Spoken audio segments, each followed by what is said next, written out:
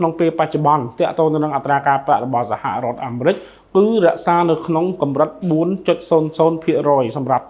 ជាគោលនយោបាយរូបិយវត្ថុរបស់គេអញ្ចឹងអ្វីដែលជាផែនការរបស់ធនាគារមួយនេះគឺគេនឹងមានផែនការក៏ដូចជាគឺគេចង់ធ្វើការទម្លាក់អត្រាការប្រាក់ 0.25% ដូច្នេះនៅក្នុងយប់នេះអាចនឹងមានការប្រកាសនៅក្នុងការសម្រេចចិត្តទៅលើកិច្ចការងារមួយនេះ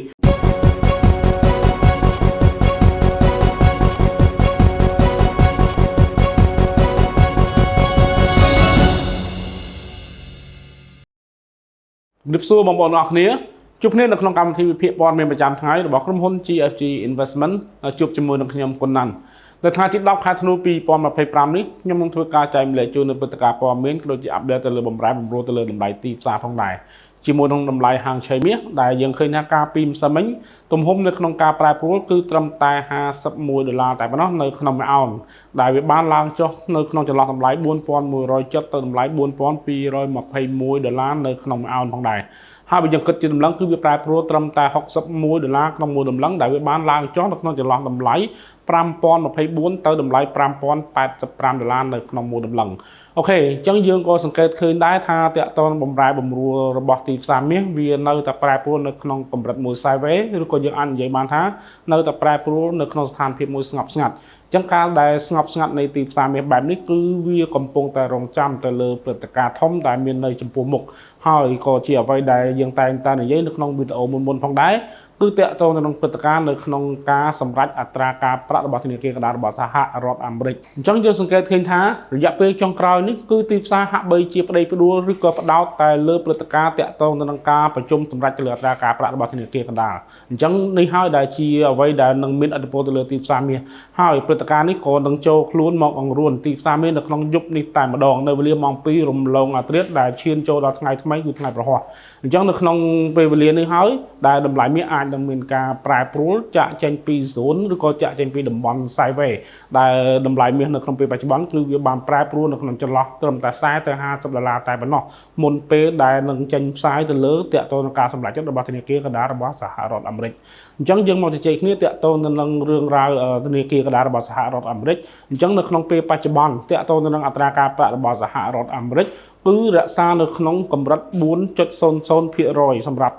ជាគោលនយោបាយរូបិយវត្ថុរបស់គេអញ្ចឹងអ្វីដែលជាផែនការរបស់ធនាគារមួយនេះគឺគេនឹងមានផែនការក៏ដូចជាគឺគេចង់ធ្វើការទម្លាក់អត្រាការប្រាក់ 0.25% ដូច្នេះនៅក្នុងយប់នេះអាចនឹងមានការប្រកាសនៅក្នុងការសម្រេចចិត្តទៅលើកិច្ចការងារមួយនេះអញ្ចឹងបើមានការទម្លាក់ត្រឹម 0.25% អញ្ចឹងតម្លៃ$អាចនឹងមានការធ្លាក់ចុះនៅក្នុងកំឡុងពេលនោះប៉ុន្តែទោះបីយ៉ាងណាក៏ដោយតាក់ទងទៅនឹងទំហំនៅក្នុងការទម្លាក់នេះគឺផ្អែកជាមួយនឹងអ្វីដែលជារបាយការណ៍ដែលគេទទួលបានកន្លងមកជាពិសេសនៅក្នុងសប្តាហ៍នេះផ្ទាល់តែម្ដងតាក់ទងនឹងរបាយការណ៍ការងារមួយចំនួនដែលគេទទួលមកគឺហាក់បីជាមិនមានសភាពដុនដាបខ្លាំងនោះទេអញ្ចឹងហើយតាក់ទងនឹងការសម្រេចចិត្តមួយនេះអាចនឹងមានការសម្រេចចិត្តនៅក្នុងការទម្លាក់ត្រឹមតែ 0.25% ដែលមានភាគរយខ្ពស់ជាងនៅក្នុងការទម្លាក់ទំហំ 0.50 អញ្ចឹងតម្លៃហាងឆេងមាសបើធៀបជាមួយនឹង$នៅក្នុងការដែលគេសម្រេចទម្លាក់អត្រាការប្រាក់ 0.25 មែនអញ្ចឹងតម្លៃ$អាចនឹងមានការធ្លាក់ចុះតម្លៃមាសអាចនឹងមានការកើនឡើងក៏ប៉ុន្តែមិនទាន់អស់ទេនៅក្នុងកំឡុងពេលនេះសូមបងប្អូនអរគ្នាធ្វើការតាមដានតាក់ទងនឹងរបាយការណ៍ក៏ដូចជា statement របស់គេបន្តទៀតថាតើគឺគេនឹងមានផែនការបែបណានៅក្នុងពេលខាងមុខបើគេមានផែនការនៅក្នុងការរក្សាការទម្លាក់អត្រាការប្រាក់ដដែលនោះតម្លៃ$គឺកាន់តែមានការធ្លាក់តម្លៃមាសកាន់តែមានឱកាសខ្ពស់នៅក្នុងការងើបឡើងបន្តទៀតក៏ប៉ុន្តែបើសិនជាគេមានផែនការហាក់បីជាបញ្ច្រាស់ដែលគេធ្វើការកំណត់នៅក្នុងការទម្លាក់អត្រាការប្រាក់នោះអញ្ចឹងមានន័យថាតម្លៃ$អាចនឹងមានការងើបឡើងតម្លៃមាសអាចនឹងមានភាគរយនៅក្នុងការធ្លាក់ចុះមកវិញអញ្ចឹងនៅក្នុងកំឡុងពេលយប់នេះម៉ោង2រំលងអាទិត្យសូមបងប្អូនធ្វើការតាមដានដោយយកចិត្តទុកដាក់តាក់ទងនឹងតួលេខនៅក្នុងការទម្លាក់អត្រាការប្រាក់ថាតើគេនឹងមានផែនការបែបណានៅក្នុងថ្ងៃខាងមុខប៉ុន្តែទោះបីយ៉ាងណាក៏ដោយមុននឹងព្រឹត្តិការណ៍ចេញផ្សាយនៅក្នុងយប់នេះតម្លៃហាងឆេងមាសអាចនឹងមានការប្រែប្រួលជាលក្ខណៈ sideways ផងដែរខណៈពេលដែលតម្លៃមាសក្នុងពេលបច្ចុប្បន្នគឺស្ថិតនៅក្នុងតម្លៃ$4214នៅក្នុង1អោនឬស្មើនឹង$5077នៅក្នុងមួយតម្លឹងដូច្នេះតកតងនឹងការជួញដូរមាសនៅក្នុងថ្ងៃនេះមុនពេលព័ត៌មានចេញបើសិនបងប្អូនឃើញតម្លៃមាសវាមានការធ្លាក់ចុះ មកដល់តម្លៃ 4150 ទៅ